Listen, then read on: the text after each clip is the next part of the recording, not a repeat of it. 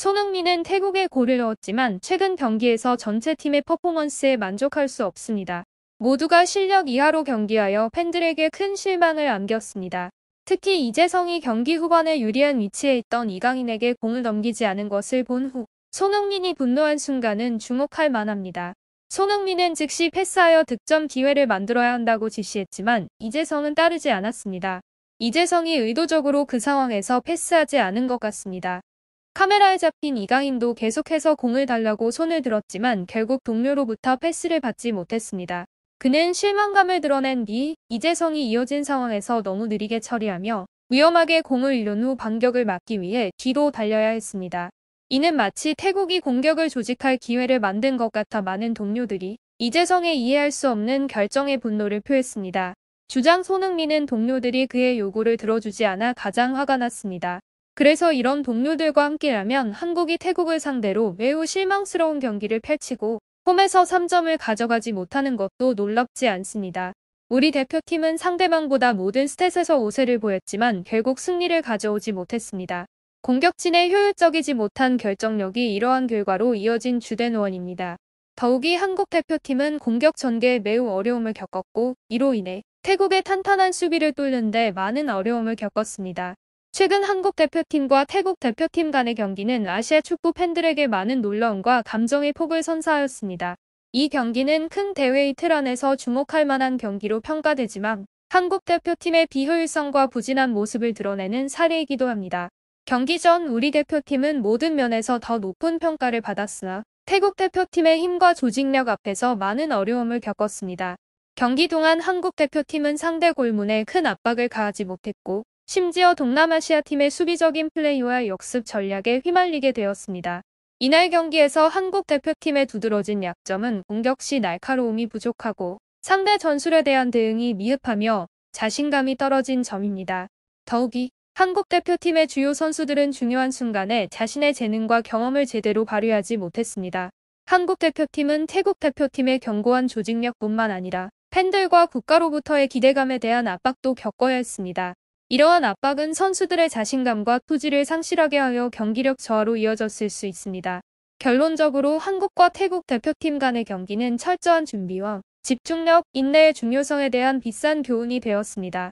한국 대표팀은 이번 패배에서 교훈을 얻어 다가오는 경기에서 성능을 개선하고 이전의 최고 수준으로 돌아가야 할 필요가 있습니다.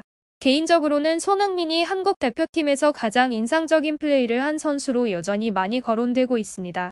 팀이 부진한 날에도 그는 팀 전체의 게임 플레이에 큰 영향을 미칠 수 있는 자신의 능력을 여전히 보여주었습니다.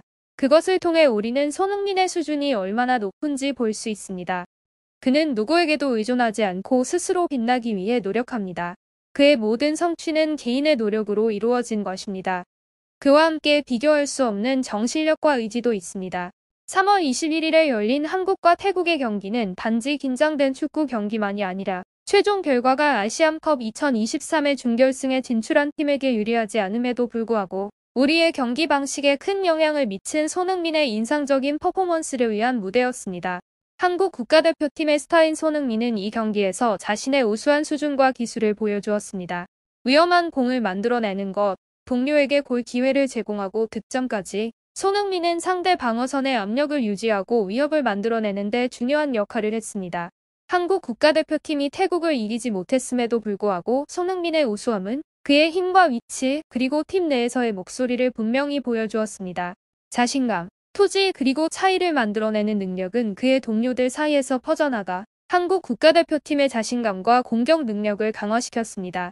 경기장에서의 우수한 퍼포먼스와 팀의 경기 방식의 차이를 만들어낸 손흥민은 단지 탁월한 선수만이 아니라 한국팀 내에서 영감과 리더십의 원천입니다.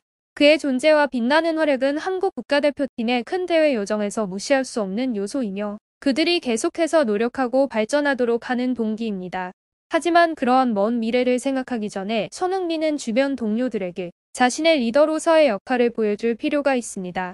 그의 영향력은 팀 전체에서 가장 큽니다. 그럼에도 불구하고 그에게 온 지시사항이 동료들에게 잘 전달되지 않는 것 같은 느낌입니다. 이재성이 어떤 이유에서인지 이강인에게 공을 패스하지 않고 혼자 행동한 것은 한국 대표팀에서 일어나서는 안 될 일입니다. 경기 막판에 왼쪽 측면에서의 공격 상황에서 이재성은 멋진 드리블을 보였지만 이강인이 유리한 위치에 있음에도 불구하고 너무 오래 공을 소유하며 즉시 패스하지 않았습니다. 결과적으로 그는 공을 잃었고 팀원들은 필요 없이 반격을 막기 위해 호투해야 했습니다. 손흥민은 팀원의 결정에 대해 이해할 수 없다는 듯 양손을 들어 보였고 이강인도 자신에게 공이 오지 않아 매우 실망한 모습이었습니다. 이는 우리 선수들 사이의 연결 부족, 단결 부족, 협력 능력이 낮음을 보여주는 많은 상황 중 하나에 불과합니다.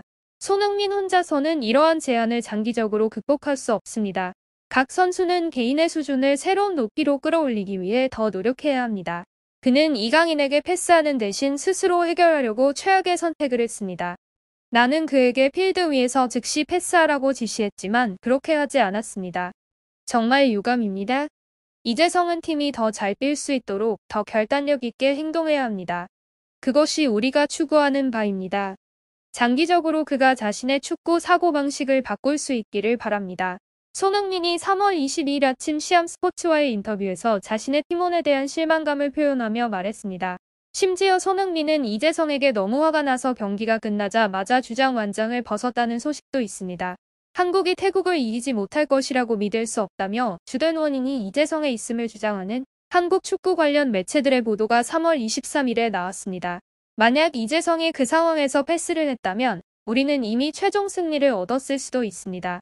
한국 언론은 또한 주목할 만한 정보를 추가로 밝혔는데 만약 그러한 상황들이 개선되지 않고 중요한 시기에 승리를 얻기 위한 팀워크가 향상되지 않는다면 손흥민은 국가대표팀을 다시 한번 떠날 것을 고려할 수도 있습니다.